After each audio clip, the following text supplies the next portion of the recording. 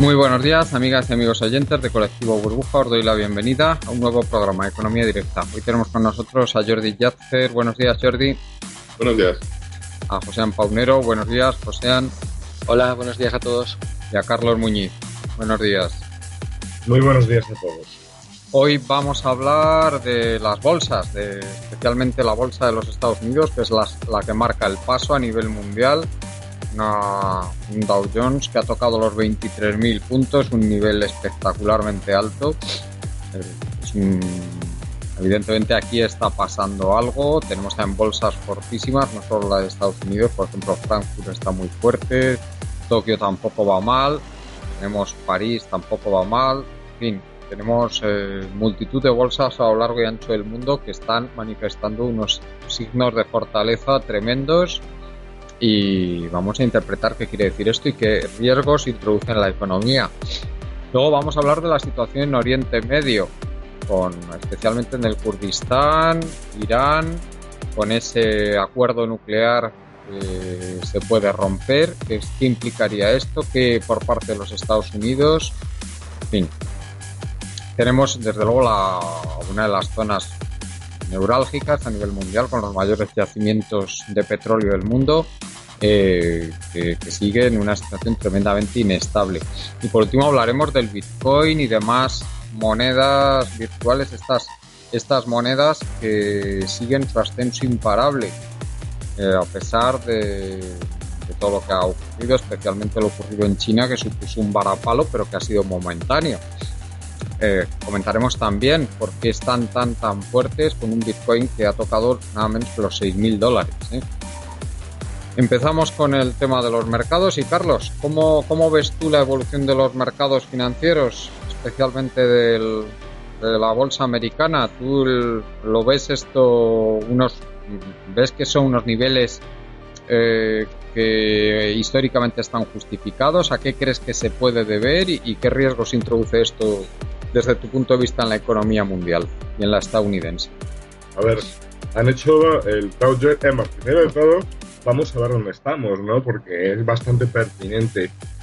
El lunes fue el 30 aniversario del Black Monday en Estados Unidos. Hace 30 años, bajo Ronnie Reagan, el índice de Dow Jones subió 508 puntos el mismo día y Estados Unidos se acostó 500.000 millones de dólares más pobre. Y hace 20, de la salida de la anexión y otros factores de Hong Kong detonaron la crisis asiática. Y hace 10, en agosto, empezaba la crisis hipotecaria. Entonces, por tanto, estamos en es un año que nos guste o no, de aniversarios. Podíamos alquilar una discoteca con champán y tarta de chocolate y quedábamos para hablar de eso. Sería bonito, una ceremonia bonita. Bueno, el caso es que el Dow Jones ha hecho un 31 cierres al alza récord seguidos. 31 seguidos, nada menos. Qué barbaridad. Sí. Al mismo tiempo que, como informaba la semana pasada, Estados Unidos ya ha superado oficialmente los 20 billones nuestros, trillones suyos de deuda. O sea, también. Y la deuda planetaria, a su vez, unos analistas la ponen en 200 billones nuestros, billones suyos, y otros en 210, sin futuros, sin el valor de opciones y futuros, lo cual es como bastante escalofriante, ¿no? Entonces, bueno, pues el que quiera jugar estos juegos, ya se sabe que el blow-off es el momento de las mayores subidas y de las mayores ganancias. Acto seguido, quien llegue después del blow-off encontrará la ventanilla cerrada y perderá la mayor cantidad. Eso siempre ha sido así. En una gráfica, el blow-off tiene una representación como de un capitel bizantino, ¿no? Es una subida casi en vertical. Entonces, ya se sabe que bueno, que esto tiene una correlación psicológica mundial bastante importante y todas las bolsas mundiales están en esta misma fase de subida vertiginosa. O sea, incluso Tokio, o sea, Tokio, que los fundamentos económicos de Japón son un país bastante acabado, por desgracia, pues está en una subida que no se explica porque, bueno, el año pasado, en junio, el gobernador Kuroda en la Universidad de Tokio reconoció que las políticas monetarias no servían para nada. Lo dije el día que hicimos el programa sobre el Brexit. ¿Tú cómo ves los niveles que están alcanzando las bolsas, sobre todo las más importantes del mundo? Joséan, ¿tú crees que son niveles sostenibles? ¿Están justificados por los fundamentales de la economía? Porque si vamos a ratios históricos de rentabilidad, como los ratios Pérez, etcétera, pues realmente están altísimas las bolsas. Sí, a ver, yo creo que hay, sobre todo, hay que hablar, yo creo, de un ratio que es, yo creo que alguna vez lo hemos hablado, que es el más correcto, que es el PER de Shiller, que al final es un PER un poquito modificado que hace que, pues que es el que más se ha visto como que es uno de los que mejor está dicho si estaban las bolsas caras o estaban baratas, etcétera, ¿no? Actualmente estamos teniendo un PER de Shiller que está cotizando a 30 veces, que esto qué significa que más o menos harían falta unos 30 años para recuperar la inversión. Si hacemos la inversa, pues se puede ver que eso pues unas rentabilidades pues muy pequeñitas de un 3 un 4%, ¿no?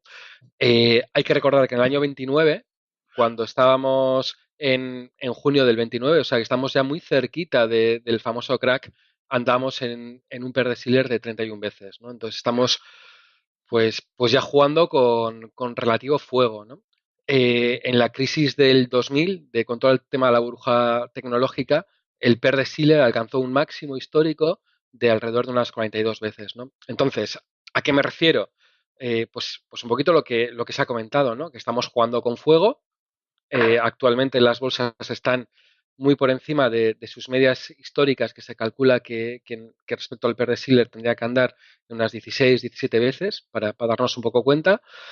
Y también mm, nos indica que podemos llegar a esas 40 y tantas veces y estamos a 32. Es decir, que a esto todavía le puede quedar bastante mecha antes de que esto se pueda caer, ¿no?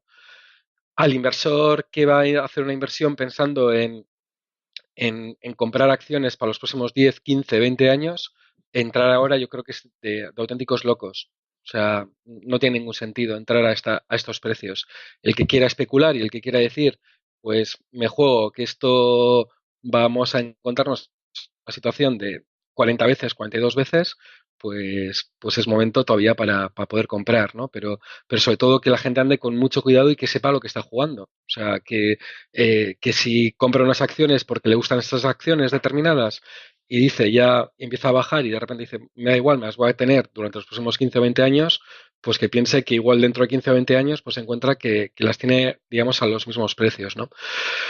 Esto, digamos, haciéndolo en un PER de Shiller y pensando en un SP500, ¿no? Porque es donde más datos hay, donde más datos históricos tenemos para hacerlo, porque hay que pensar que en bolsas europeas hay datos, pero todo este tipo de ratios o todo este tipo de estudios económicos no se iba haciendo hace tanto tiempo, ¿no?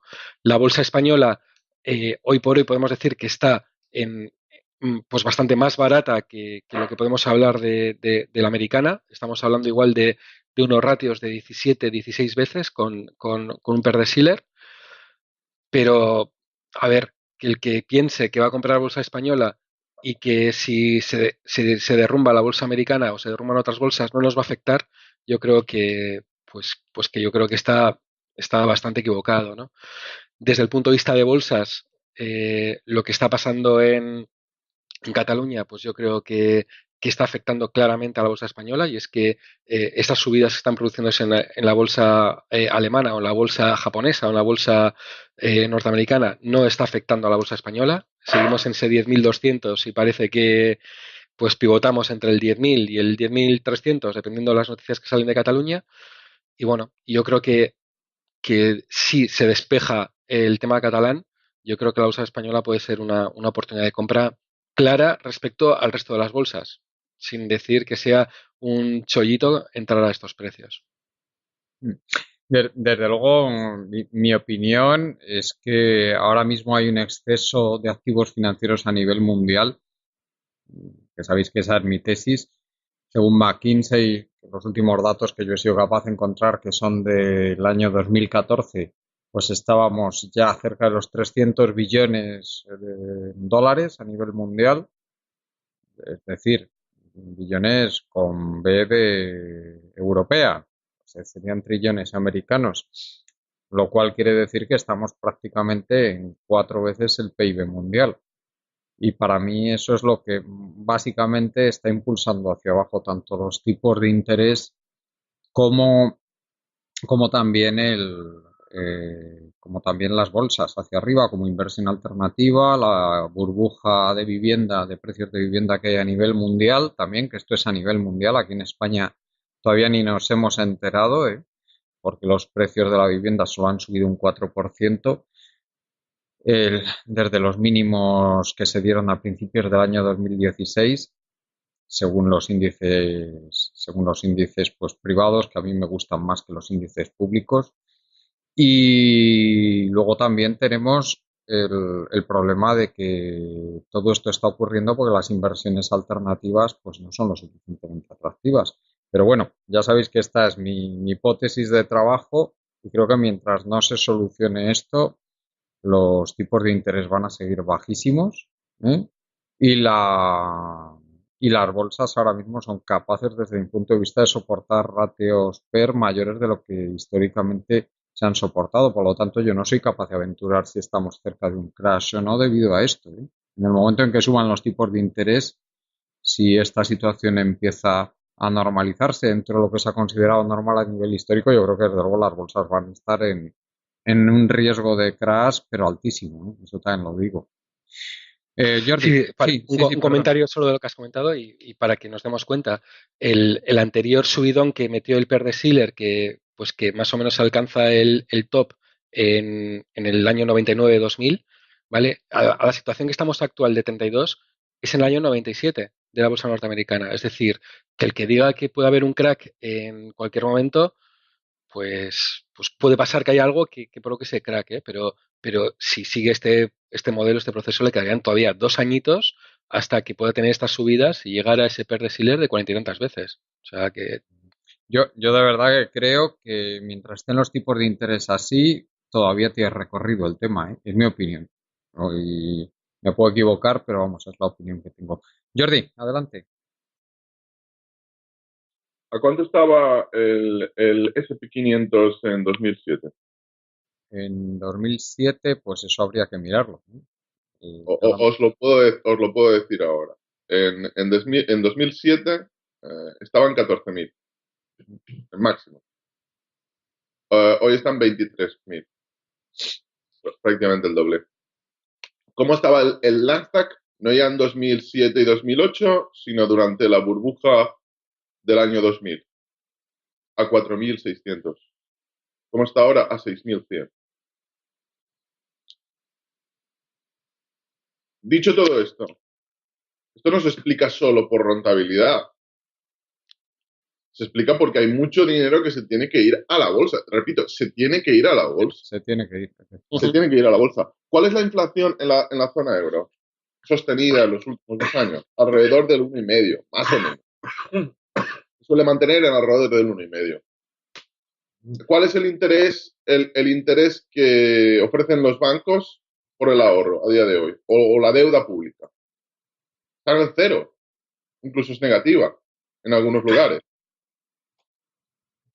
¿Cuál es? Y todos sabemos que en gran parte, no solo en España, en muchos países de Europa continúa habiendo una burbuja inmobiliaria. Entonces, ¿cuál es el único lugar en el que se puede invertir para garantizar unos rendimientos que se consideren aceptables? Es la bolsa. Y de hecho, Julian Robertson, el conocido inversor que ha amasado más de 4.000 millones de fortuna, ha exclamado eso, que hay una burbuja en los mercados de inversión, especialmente en la bolsa, sobre todo en la bolsa, pero es que la bolsa no tiene competencia. Entonces el dinero se tiene que ir ahí. Y lo que está ocurriendo es un proceso de centrifugado donde está aumentando la desigualdad.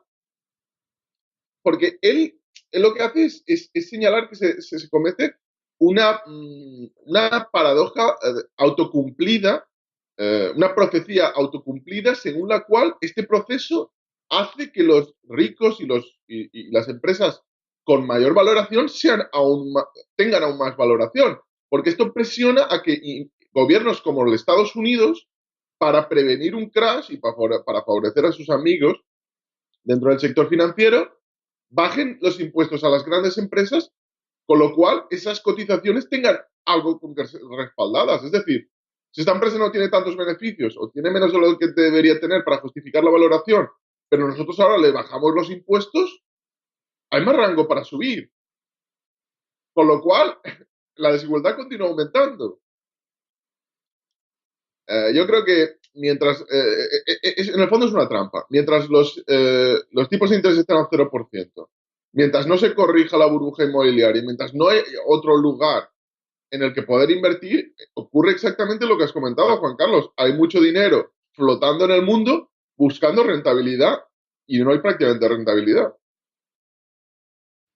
Así es, y yo desde luego la situación no la veo, porque tenemos, ahora mismo para mí todo esto está provocado, ya sabéis cuál es mi opinión, que es un efecto de la globalización en primer lugar, que ha provocado que entren multitud de economías, cientos y cientos de millones de personas en el mercado mundial que tienen unas coberturas sociales muy bajas porque tienen estados sociales rudimentarios, como pasa en China, y que, por lo tanto, al tener unos ingresos relativamente importantes, esos cientos de millones de personas, relativamente estoy hablando, pues necesitan necesariamente que ahorrar para poder tener una cierta seguridad de cara a su futuro. Eso provoca tasas de ahorro altísimas en estos países, como es China, y ese es el primer efecto. Y el segundo efecto es la enorme desigualdad que ha provocado la globalización.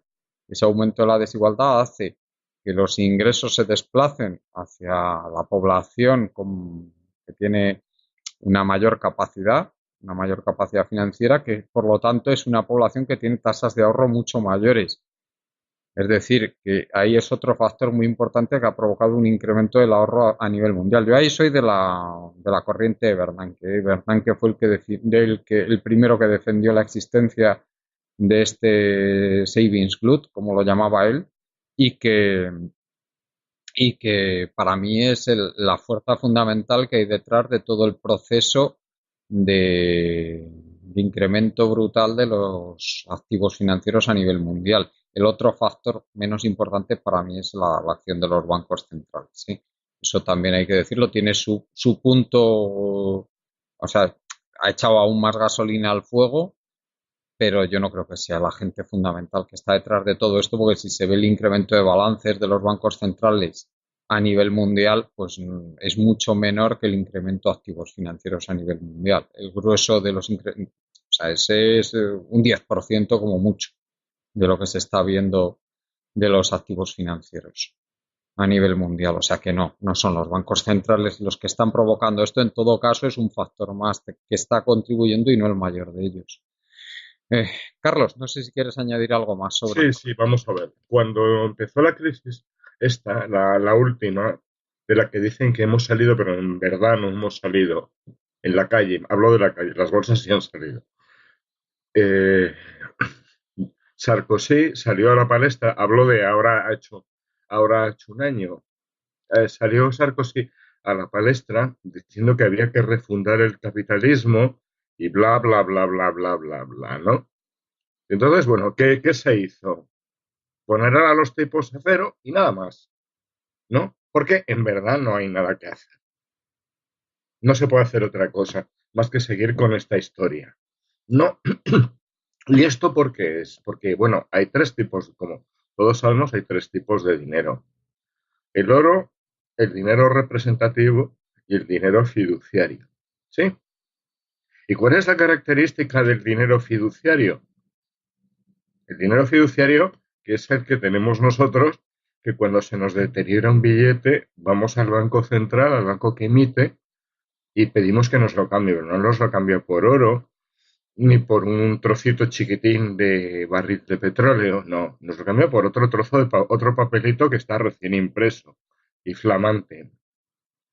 Este dinero tiene la característica de que es un invitado pasajero temporal en el mundo. Igual que ha entrado en circulación, puede irse. ¿Y cómo se va del mundo? ¿No? Quiero decir que si hay 20 trillones, perdón, 200 trillones, según unos analistas, y 210, y vosotros habéis dado la cifra que da McKinsey de 300 billones de deuda mundial. Yo no la he No, visto. de activos financieros a nivel mundial. O sea, Vale, vale. Yo he visto 200 y 210 sin futuros ni opciones y derivados, que eso sería otra galaxia aparte, mucho mayor, que podría totalizar a lo mejor, digo a lo mejor de cabeza porque no lo recuerdo, hasta los 3.000 billones, ¿no? La característica del dinero es un invitado pasajero en el mundo, ¿no? Conforme el oro o la sal que usaban los romanos está siempre en el mundo, este dinero no, este dinero se puede ir. ¿Por qué? Porque el dinero no tiene patitas. ¿Y cómo se va? Se va en el proceso de bancarrota, el crack, la quiebra. Con lo cual, mucho dinero que se ha ido puede tranquilamente irse mañana. muy bien, pues no sé si queréis comentar algo más sobre este tema antes de pasar al tema internacional, al tema de Oriente Medio. Pues muy bien. Jordi, coméntanos un poquito cómo está la situación desde tu punto de vista en Oriente Medio, tema del Kurdistán, tema de Irán, adelante.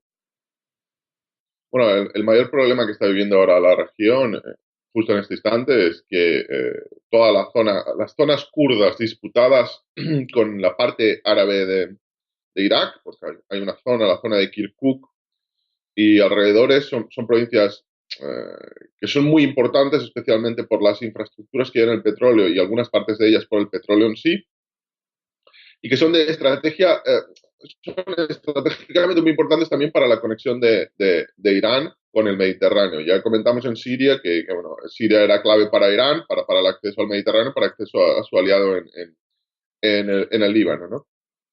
El problema que ha surgido con todo el proceso del referéndum del Kurdistán, ya advertimos de que el Kurdistán no iba a poder ser independiente, y bueno, se está demostrando, y es que hoy, bueno, ayer, el gobierno de Irak había ya retomado todas las zonas en disputa con el gobierno autónomo del Kurdistán. Creo que ha tomado ya en estos momentos la ciudad de Kirkuk y los alrededores. Y bueno, en la frontera con Irán, los iraníes tienen acantonados no solo tanques y una parte muy importante del ejército, sino está ocurriendo lo mismo también en Turquía, porque ambos países, junto con Siria, temen que si ese referéndum que se realizó el otro día y que se votó masivamente a favor de la independencia del Kurdistán iraquí se llevase a la práctica, ellos creen que sus zonas kurdas tarde o temprano acabarían adhiriéndose a este Kurdistán independiente, con lo cual perderían provincias muy importantes desde el punto de vista estratégico y desde el punto de vista de los recursos. El problema de Irán es especialmente grave porque a Irán le ocurre algo similar que a España. Es decir, Irán no es un país similar a lo que podría ser, por ejemplo, el Reino Unido, que tiene tres nacionalidades, aparte de la inglesa, sería Irlanda del Norte, Escocia y Gales, pero la mayor parte de la población vive en Inglaterra. Inglaterra debe tener 52, 55 millones de habitantes, que debe ser alrededor del 80-85% de la población. El problema de Irán es que tiene el Kurdistán, tiene el Juzestán, que es una provincia con una gran parte de población árabe, tiene las zonas azeríes del norte, en lo que sería la costa con el Caspio, tiene el problema en Baluchistán, donde hay constantemente muertes de policías y soldados, porque es una zona donde hay un gran trasiego de droga y que, bueno, es una zona en conflicto porque también ocupa parte de Afganistán y parte de Pakistán. Y en esas circunstancias, Irán no va a ceder a que el Kurdistán iraquí se independice.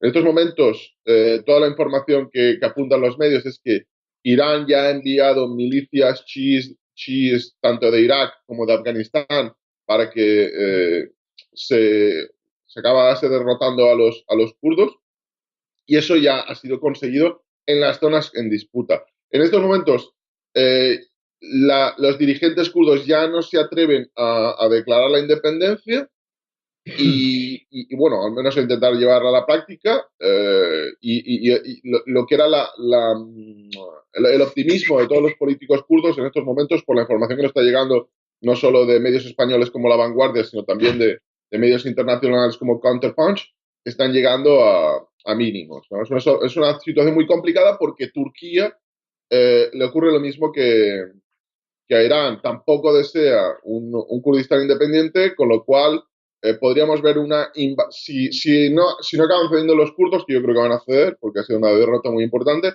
militar.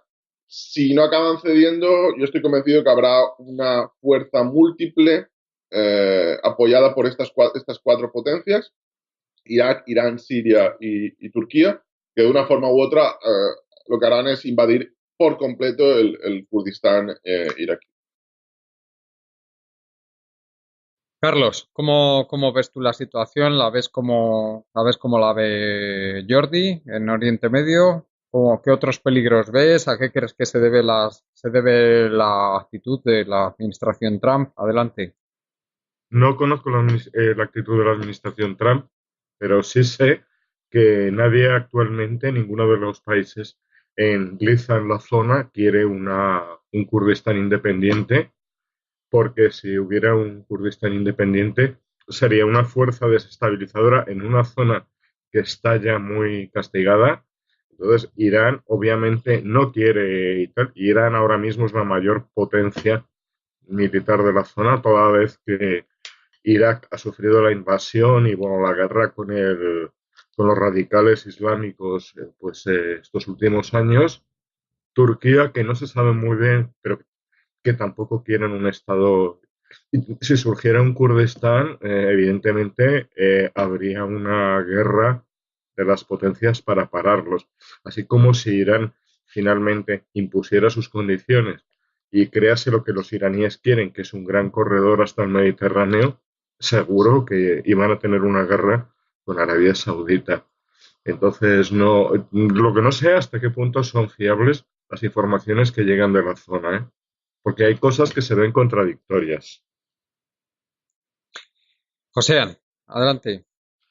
A ver, yo creo que desde el punto de vista económico puro y duro, sin entrar desde un punto de vista humanitario, etcétera, aquí realmente lo que importa hoy por hoy de Oriente Medio es cómo puede, digamos, afectar al petróleo. O sea, y poco más, o sea, desde esa perspectiva, ¿no? O sea, porque a cualquiera economista que le preguntes puede ser una fuente de estabilización si entran determinadas potencias, pero si entran determinadas potencias es sobre todo por la fuente petrolífera que tiene y eso cómo puede influir, ¿no?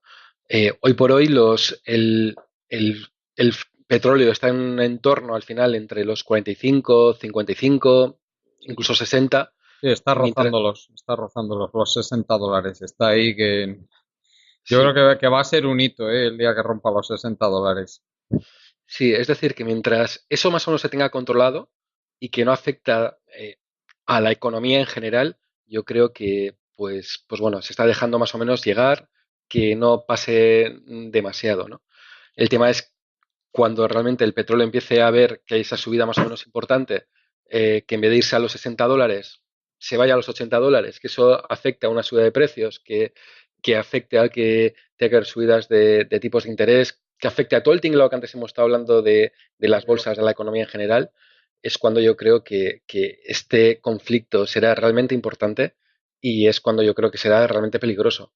Que pase o deje de pasar, ¿no? Pero mientras tanto, yo creo que el mundo lo está mirando de reojo, pero no lo está mirando de una manera seria, ¿no? Manera seria es decir que cualquiera de las potencias se plantea entrar de manera clarísima, ¿no? Entonces, sea el conflicto kurdo, sea otro tipo de, digamos, de conflictos. Eso es lo que yo creo que está pasando desde el punto de vista económico, ¿no? Entonces, mientras el petróleo esté en este entorno, yo creo que veo difícil que haya grandes intervenciones. Otra cosa es que se vea que haya problemas de suministro, que haya problemas de que el petróleo se vaya a sus 80, 90 dólares, y es cuando yo creo que es donde habrá problemas. Jordi, no sé si quieres añadir algo más sobre este tema, sobre si quieres profundizar un Bueno, poco más en el tema de la a administración. esto se Sí, une, sí, hay otro problema en la zona y es la política de Trump en estos momentos, que bueno, ya ha dado un giro internacional, yo diría que prácticamente en todo. Es cierto que él era crítico con el acuerdo nuclear con Irán, pero bueno, había sostenido que Estados Unidos iba a tener una política no intervencionista y no es lo que está haciendo. En estos momentos ha afirmado en los últimos días que Irán es uno de los grandes aliados de Al-Qaeda. Bueno, este tipo de exclamaciones que no tienen ningún tipo de sentido y que evidentemente no cree ni el propio Trump, porque no tiene ningún tipo de base. Lo que está pasando en estos momentos es que la administración Trump quiere alterar el gobierno de Irán y quiere sustituir un gobierno que es muy crítico, que es un enemigo de sus aliados, tanto de Israel como de Arabia Saudí y Qatar, y que hacer un cambio de régimen en Irán.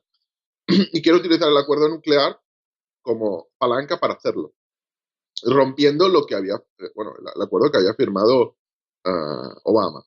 En estos momentos la situación es muy complicada porque si Estados Unidos sale de ese acuerdo, que era un acuerdo diseñado para ir desescalando la zona, el problema va a ser muy grave, porque lo que vamos a ver es justo lo contrario. Una zona ya tiene el gravísimo problema del radicalismo financiado por Arabia Saudí y el gravísimo problema kurdo, se le puede añadir el problema de Irán. Un problema que puede acabar derivando en una guerra en la zona. Y es evidente que Estados Unidos no está en ninguna posición de exigir a Irán, me refiero a una posición militar, es un país extremadamente complicado, es muy grande, está muy habitado y no es un país que pueda invadir, no sería una oposición, no sería una guerra como en Irak, sería una guerra muchísimo peor para Estados Unidos y una guerra que duraría probablemente años. ¿Tú, Carlos, ves también un peligro a nivel geoestratégico con el tema de Irán ahora mismo? Sí, sí, claro. A ver, primero de todo, es que Trump, los asesores de Trump ni siquiera se han informado en un poquito de la realidad mundial. ¿Cómo va a ser? Al-Qaeda es sunita, Irán es chiita. ¿Cómo va a ser Irán el patrocinador y soporte de Al-Qaeda? Eso es un imposible. O sea, por lo menos a la gente esta habría que decirle que hagan sus mentiras bien, ¿no? Que no insulten a la gente. Pero es que como eso es casi todo en la y tal. Y vamos a ver, Irán siempre ha sido, tradicionalmente, ha sido la bestia negra de los Estados Unidos. Es un país muy grande, que está muy estratégicamente colocado en el Golfo Pérsico, que es un golfo de relativa profundidad, lo que se llaman aguas marrones, no son aguas azules, lo cual la Marina americana tendría problemas para meter todas sus flotas en el Golfo Pérsico sin tener unas pérdidas horripilantes. Tendrían que ir tal. Y tienen unas armas medio decentes, ¿no? Además de tener desiertos, terrenos montañosos. El último que intentó una gracieta después de Mossadegh fue Jimmy Carter, que intentó sacar con comandos especiales a los rehenes de la embajada en abril del 80 y bueno, aquello fue una catástrofe. No se ha sabido la verdad nunca y dudo que se llegue a saber alguna vez, pero vamos, el resultado fueron helicópteros americanos chocando entre sí en el desierto y cayendo y comandos americanos muertos y finalmente retirada de la operación. Entonces, es una cosa que siempre les ha dado problemas y esta vez con un nuevo equilibrio mundial y bueno, los tratados que tiene Teherán con los rusos, no tiene pinta de que les vaya a ir mejor, sinceramente. Si llegan al conflicto, y los americanos están bastante aterrorizados por eso. Aparte de que es meter más incertidumbre y más inestabilidad en una zona ya de por sí conflictiva. Entonces, no sé, yo pienso que los americanos cuando tengan necesidad de una guerra, porque los americanos, cuando hay una recesión, necesitan una guerra y tienen que elegir entre Corea, Irán y Venezuela. Me voy a poner cínico y voy a apostar, creo que elegirán invadir Venezuela, porque es el más débil de los tres. Los otros dos socios y candidatos tienen un potencial de destrucción y de catástrofe para Estados Unidos inimaginable, de verdad. Bueno, y sobre todo Corea tiene a China detrás que no le hace ni, vamos, que no, que yo estoy convencido que no va a consentir, que Estados No, no, Unidos se claro, meta claro. ahí. No, pero a ver, Corea solo con las armas que tienen ellos y la mentalidad que tienen ya son un problema. Súmale China y Rusia, o sea, Bueno, claro. Irán también forma un eje geoestratégico con Rusia y con China que no creo que estén dispuestos a consentir que Estados Unidos invada Irán de cualquier manera. Y encima Irán es un país complejísimo, ¿eh? Claro. Tienes más de 70 millones de habitantes, es un país gigantesco y con una población que desde luego es sumamente hostil a una eventual invasión por parte de Estados Unidos, ¿eh? Sí, sí, sí, sí. Entonces no. Mientras que Venezuela es un país muy dividido, tiene más o menos la mitad de la población que no miraría con malos ojos que se derrocara el chavismo y se instaurara una república pues dependiente de los intereses de Estados Unidos. Eso es una realidad social que hay en Venezuela y la otra mitad pues evidentemente es hostil a esto, pero claro, es un país dividido, y evidentemente mucho más débil Claro. cualquiera de los otros y que Bueno, tampoco tiene el apoyo de ninguna potencia importante, ¿eh? bueno, tienen a Rusia, China, Venezuela medio, medio. Sí, pero Tenemos. no es lo mismo, ¿eh? Sí, claro, claro. Porque es un país muy, muy alejado Es que geográficamente. el problema que tienen los países americanos es que no tienen ningún aliado que logísticamente pueda mantenerlos. El único país que pudo mantenerse con un régimen especial fue Cuba y bueno, requirió que hubo una crisis masiva donde casi se inicia la Tercera Guerra Mundial en los años 60. Recordemos de que la crisis de los misiles en la zona y excepto ese caso, por la derivada que hubo en Cuba, logísticamente ninguna otra potencia puede mantener con recursos y con pertrechos a enemigos de Estados Unidos. Es muy diferente el caso de Irán, está muy cerca de Rusia, está muy lejos de Estados Unidos, no digamos ya lo de Corea del Norte tiene frontera con China y tiene frontera con Rusia, sería una pesadilla, nunca se van a meter en esos dos casos, no pueden mantener la zona, logísticamente Estados Unidos no podría vencer esas guerras, me parece imposible que lo pudiera hacer, por lo cual no se van a meter y en el caso de Irán lo mismo, todos los estudios que han hecho en Irán, algunos bastante conocidos, después de la invasión de Irak, afirmaban que la guerra iba a ser muchísimo más complicada que la invasión de Irak, solo con los recursos de Irán, sin entrar en el caso de aliados metiéndose a apoyar al gobierno iraní. Lo hemos visto en Siria, cómo la intervención rusa y la intervención de Irán y del Líbano ha colocado muchísimos problemas tanto a Arabia Saudí como a Estados Unidos, con lo cual me parece muy complicado. Y lo que muestra otra vez es lo que repito constantemente. Hay un artículo de Solomon Benami que se escribió esta semana en el que se dijo que, bueno, que decía el exministro de Exteriores israelí que es prácticamente imposible vencer en un tipo de conflicto así, alcanzar la independencia sin aliados exteriores. Y es lo que le pasa a Cataluña, por ejemplo, que lo vemos en las noticias todos los días, o lo que le está pasando a Kurdistán. Eh, o tienes aliados exteriores de verdad, o es muy complicado alcanzar la independencia. Bueno, y para tener aliados exteriores, ya sabemos que lo que prima, aunque de cara a la galería primen los valores democráticos, etcétera, etcétera, lo que prima es la realpolitik. Y si le va a ofrecer alguna ventaja importante, significativa, que le compense los problemas de un apoyo a una eventual independencia del Kurdistán, de Cataluña, de quien sea, pues tendrá apoyos y si no, pues no los tendrá. Así son las cosas. Y desde luego en ninguno de estos casos se ve que haya posibilidades de que se ofrezcan esas ventajas que compensen los perjuicios. Bueno, si No lo queréis. sé, porque Sí, yo no apostaría, no tendría tan claro que no va a haber guerra en Corea, porque el nivel de imbecilidad de los políticos muchas veces nos sorprende por lo grande que es, ¿eh? O sea que no lo sé, no lo tengo tan claro, que no va a haber guerra en Corea. No sé cuándo, pero no lo tengo tan claro. Muy bien, pues si queréis pasamos al último tema del día, el tema de las criptomonedas, Bitcoin y demás. Josean, ¿cómo está ahora mismo la situación dentro de este mercado cada vez más importante? Recordemos que ya mueve una cantidad de activos realmente significativa, ya no es un mercado marginal como era hace unos años. No, es un mercado que, que está creciendo de manera bastante fuerte y estamos hablando que hoy por hoy el Bitcoin actualmente está cotizando a 5.600, llegó hace unos días a casi 5.900. Estamos hablando que es posiblemente hoy por hoy la moneda con más valor facial que hay en el mundo, o sea, o de las más o menos que puedan ser normalizadas, ¿no? Yo uno de las cosas que estoy viendo es que hay un nivel de entrada de dinero, pues de manera muy bestia. No solo entrada de dinero, sino también entrada de procesamiento de máquinas para minar cualquiera de las más de las 1.000 monedas que existen actualmente.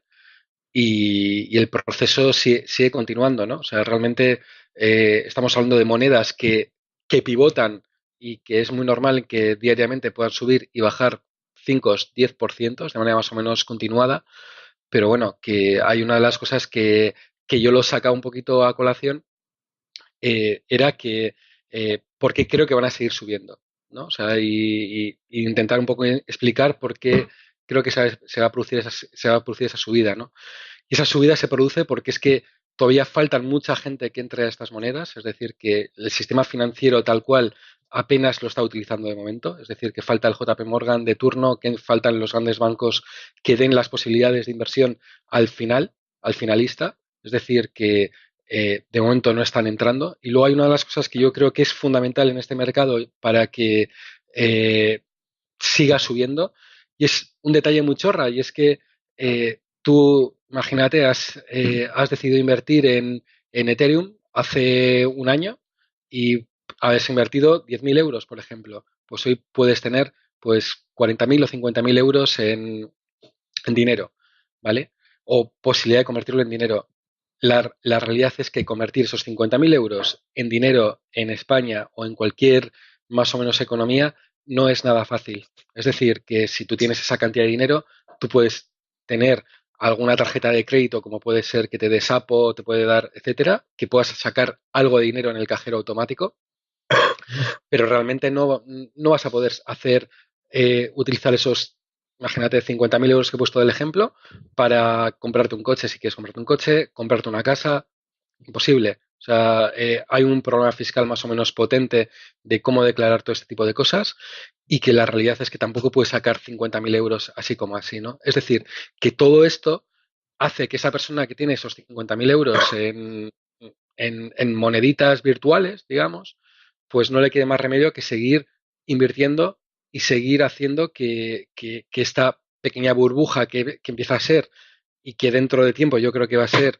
uno de los grandes burbujones que va a recordarse en la economía, pues hace que vaya a seguir subiendo, ¿no? La falta de la imposibilidad de realmente retirar esos beneficios hace que la gente se tenga que mantener en estas posiciones. Mm. Jordi, ¿cómo ves tú la situación de estas criptomonedas ahora mismo? ¿Lo ves dentro de la misma dinámica que hemos estado hablando de las bolsas, de la vivienda, etcétera, de todas esas subidas de precios fuertes que se están viendo a nivel mundial? No, a mí me parece que es un fenómeno que tiene, bueno, tiene dinámicas muy concretas y dinámicas específicas de lo que es la criptomoneda y que no comparten, por ejemplo, el mercado de la vivienda. En el mercado de la vivienda, en el mismo año, no hay tres movimientos en sentidos opuestos absolutamente brutales. Es decir, ya no solo el Bitcoin, porque el Bitcoin ni siquiera es la mitad del mercado de las criptomonedas. Si vamos a Ethereum, a la criptomoneda Ethereum, vemos como en junio cotizaba $385 y en julio estaba a 155. Había perdido más del 50% del valor. Y vemos como en septiembre pasa a 391, o sea, vuelve a doblarse y en 2 semanas después se queda en 200.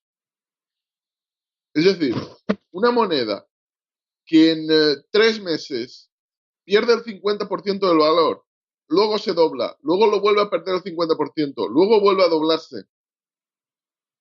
Yo no sé qué clase de persona invertiría sus ahorros moderados que pueda tener, no me refiero a alguien que quiera diversificar el riesgo, eso es otro tema, o alguien que quiera, digamos, probar e invertir una cantidad muy pequeña por cualquier razón, 500 euros, $1.000, algo así, o alguien que simplemente por hobby o porque quiere hacer ese tipo de inversión, lo que busca es minar estos datos y obtener estas criptomonedas. Esos son casos, a mi modo de ver, muy específicos, pero para el ahorrador en general, ponerse un gráfico histórico de estas monedas, yo creo que es lo único que necesita para no invertir en ellas. Carlos, ¿qué nos puedes decir de este mercado tan específico? A ver, ¿qué es el Bitcoin? El Bitcoin es una cosa, iba a decir que es una moneda fiduciaria, pero no es una moneda fiduciaria. Porque si vosotros mañana decidís pagar la declaración de Hacienda con Bitcoin, no podéis pagarla, ¿no?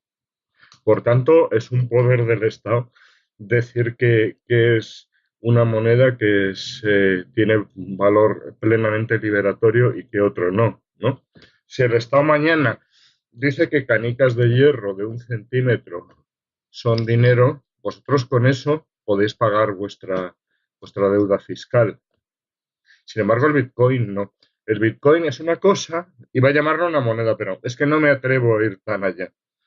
Es una cosa que mucha gente se ha puesto de acuerdo en que eso es dinero, ¿no? Basta que un gobierno, bueno, como ha pasado en Puerto Rico, ahora en Puerto Rico tenemos un estupendo study case de qué ocurre cuando no hay electricidad. Bueno, pues cuando no hay electricidad, olvídate de Bitcoin, de tarjetas de crédito y de todo lo demás.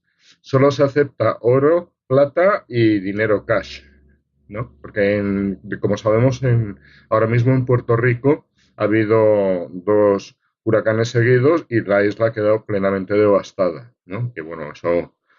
Tal. Entonces, el Bitcoin, es que yo no me atrevo ni a llamarlo dinero, ¿no? Es una manía rara, moderna, por otro lado, ¿qué es el origen del Bitcoin? El origen del Bitcoin es unos señores con unos ordenadores haciendo operaciones hasta que se paren la movida, ¿no?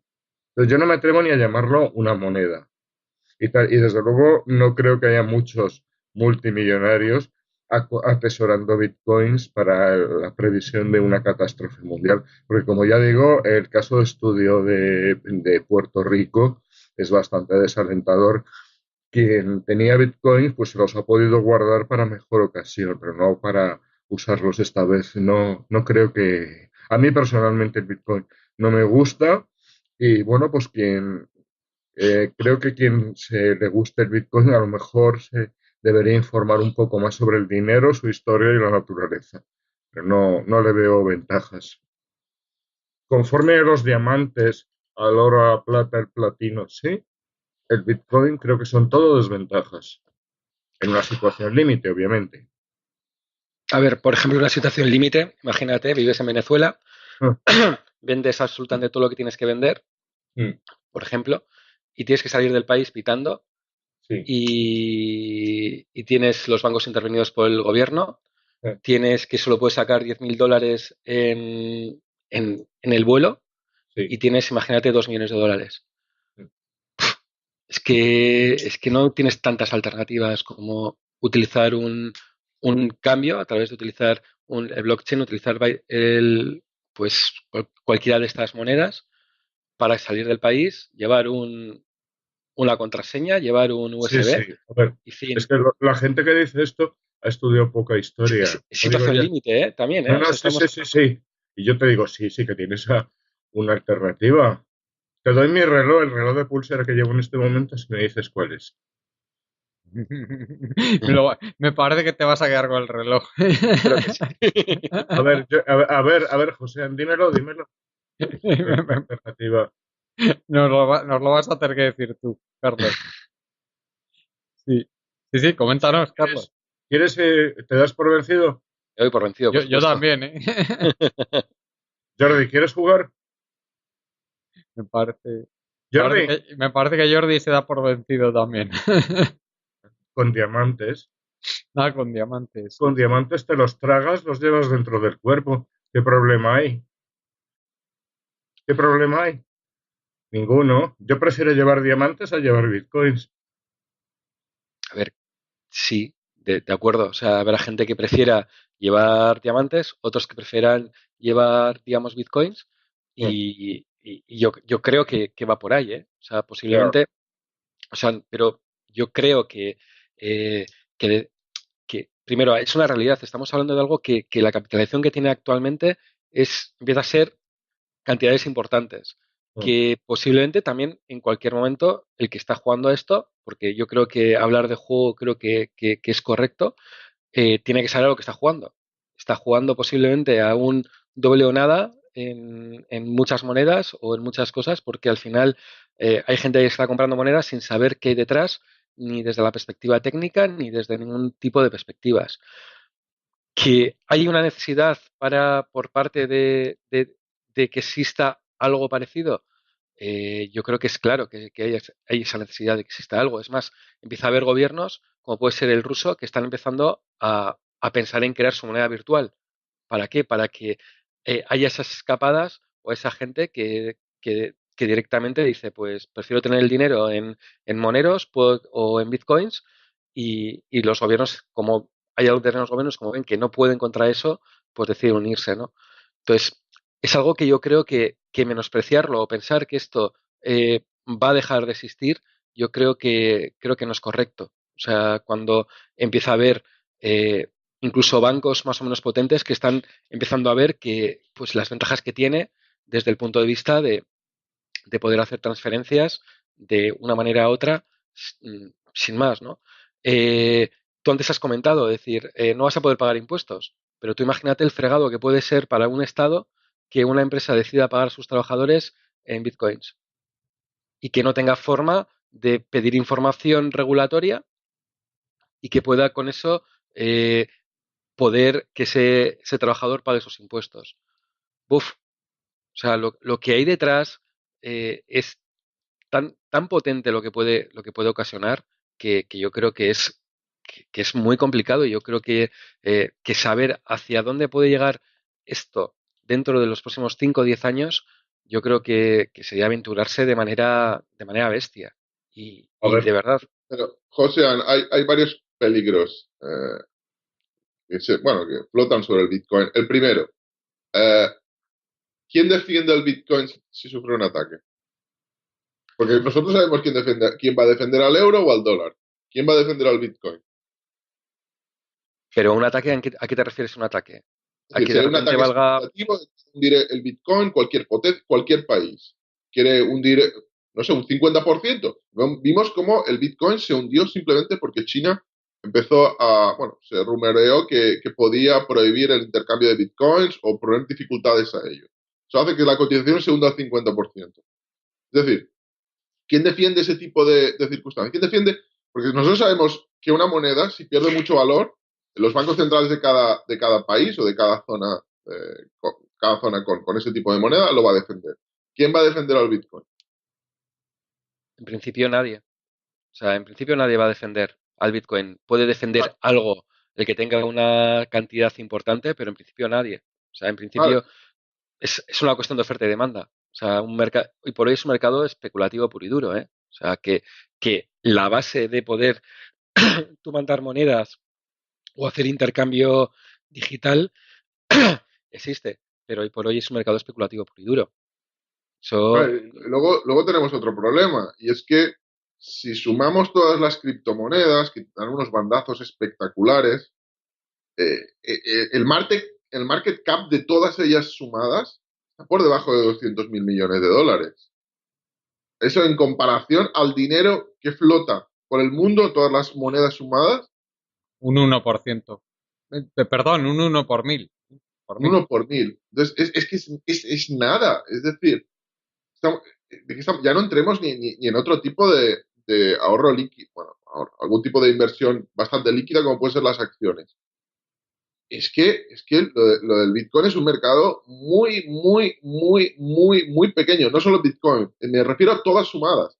Porque el Sí, Bitcoin, sí. 48, 50, depende, repito, del bandazo de la cotización, porque como cambia tan rápido, en una semana o incluso en un día puede representar un market cap mayor, ¿no? Pero el Bitcoin se mueve entre el 40 y el 60% del total de las criptomonedas del mundo. Con lo cual, es que es solo el Bitcoin, ni siquiera el 0,1 por mil, el 1 por mil. Estamos hablando de la mitad de eso, o de la tercera parte de eso. Es un mercado, es tan pequeño, puede ser manipulado tan fácil, no tiene quien lo defienda, y es cierto que va a haber gente que pueda ganar mucho dinero, porque yo sí creo que ofrece ciertas facilidades, en eso estoy de acuerdo contigo, José. Creo que es una herramienta que para cierto tipo de inversor puede tener una utilidad, y eso explica que haya esa cantidad de dinero, que aunque es pequeño por comparación, es mucho dinero. Pero que eso se imponga o que eso acabe siendo una alternativa a las monedas tradicionales, es que lo veo muy complejo, porque un ahorrador medio, porque estos no son ahorradores medios, un ahorrador medio, yo no creo que pudiera soportar que sus ahorros pudieran bajar un 50% cada 2 o 3 meses. Eso sin duda, imposible. O sea, que un ahorrador medio lo soportara. Yo un poco lo sacaba a colación en ese sentido, ¿no? Es decir, ¿por qué creo que va a seguir subiendo? ¿No? Y por, por lo que antes comentaba. O sea, que luego técnicamente, lo que hay detrás técnicamente, tienes monedas que tienen un sentido claro y que van a significar un cambio en muchas cosas. Tema de contratos, por ejemplo, de reconocimiento de contratos, etcétera, que yo creo que está haciendo muchas cosas muy interesantes, pero yo simplemente lo que comento, que estamos hablando, que yo creo que esta va a ser, pues posiblemente la burbuja del siglo XXI más potente que, que, o el primer cuarto del siglo XXI, no me cabe ninguna duda que pueda llegar a ser. O sea, ¿por qué? Porque es que falta, lo acabáis de decir, es que falta muchísima gente que entre a especular aquí. Y falta mucha gente que está viendo que tiene un dinero que puede ser más o menos como pues, es dinero fiduciario, que al final todo el mundo se fía de que eso valga y al final, eh, antes hablábamos de las gráficas, ¿no? Tú a una persona que le enseñas esa gráfica vas a enseñarle dos cosas. Puede ver dos cosas. Una, que el subidón que tiene y que pueda acojonarle, y otro que puede decir, yo quiero entrar en esa burbuja. Entonces, vas a tener ambos perfiles, pero aunque solo te entre un 5% de esas personas que le puedas enseñar esto cómo va, eh, lo que le queda de margen. Luego, también yo creo que hay que pensar una de las cosas, y es que hay mucha gente que invierte en cosas, podemos decir, extrañas, porque tiene una cantidad de dinero tan impresionante que tiene que invertir para ver. O sea, si antes, por ejemplo, hablábamos de ese potentado venezolano, o sea, es que esa persona que pueda tener 3 5 10 15 millones digamos, de dólares, es que no me creo que no tenga diamantes, que los tiene que tener, como tiene que tener oro, como tiene que tener obras de arte, como tiene que tener bitcoins. Eso es así. En O sea, eso tienes toda la razón, ¿no? Hay gente que va a diversificar e invertir en bitcoins y tiene muchísimo dinero. claro, entonces, como gente que pueda tener esos millones de euros y que va a tener que tener un porcentaje invertido ahí para diversificar riesgos, para diversificar cosas. Y, digamos, esa gente con todos esos grandes patrimonios, de momento, los grandes fondos de inversión, los grandes bancos, no le están dando esas alternativas para invertir aquí. Con el tiempo, llegará el JP Morgan de turno, la Societe, crearán sus fondos de inversión especializados en poder dar aquí como dan en materias primas. O sea que al final, fijaros que hay fondos de inversión que están en materias primas, de materias primas teóricamente que se van a extraer. O sea, porque igual no tienen esas materias primas, ¿no? Entonces, a eso me refiero, ¿no? O sea, que que no existe realmente, que sí, que tenéis razón, que mañana no hay luz y todo esto pues no vale nada. Pero si no hay luz, posiblemente haya muchas cosas que no valgan nada, como Google, por ejemplo, que capitaliza lo que capitaliza y no valdría para nada, o muchas otras cosas, ¿no? Pero, pero que yo creo que hay que tenerlo un poco, mirarlo de reojo, y yo creo que económicamente, creo que no, es lo que decís, no hay nadie que esté respaldando todo esto, de momento, hasta que nos podemos encontrar que igual entre algún banco y que se encuentre que respaldar a determinada criptomoneda puede merecer, digamos, la pena, ¿no? Vamos a verlo. Yo creo que tener, sacar de vez en cuando, ver cómo está el mercado, ver cómo está evolucionando, yo creo que me parece que es algo interesante para hablarlo. Porque de momento parece que está fuera de la economía, pero se empieza a ver en las diferentes webs de bolsa que puede haber cómo se están creando ya secciones de cryptocurrencies, cómo se está hablando mucho en los diferentes mercados, se está viendo cómo están aumentando los wallets, que es una forma de ver si realmente esto tiene interés o no tiene interés, y están creciendo de manera muy importante, y bueno, y yo creo que hay que tenerlo en cuenta. Muy bien, pues si queréis vamos terminando ya. Carlos, ¿querías añadir algo más?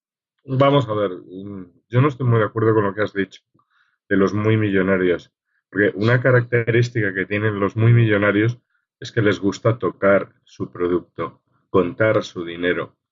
Y el Bitcoin no se puede tocar, no se puede contar, ¿no? Razón Sí, por la cual... sí, Sí, acaba, dime. perdón, y luego, sí y no. O sea, conozco a una persona que tiene una cantidad de una moneda determinada, ¿no? Y es una cantidad más o menos importante.